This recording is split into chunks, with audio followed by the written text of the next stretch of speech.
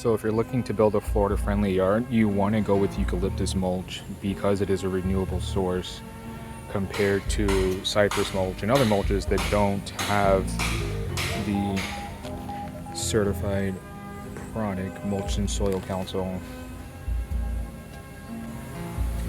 And as you can see, the cypress mulch doesn't have that Mulch Council logo, but is also the same price. Cypress mulch is bad because it's not harvested sustainably, so that's technically why it doesn't have it. And so there's also like a couple of byproducts that are also involved with it.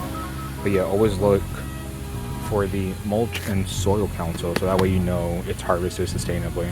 Let's grow.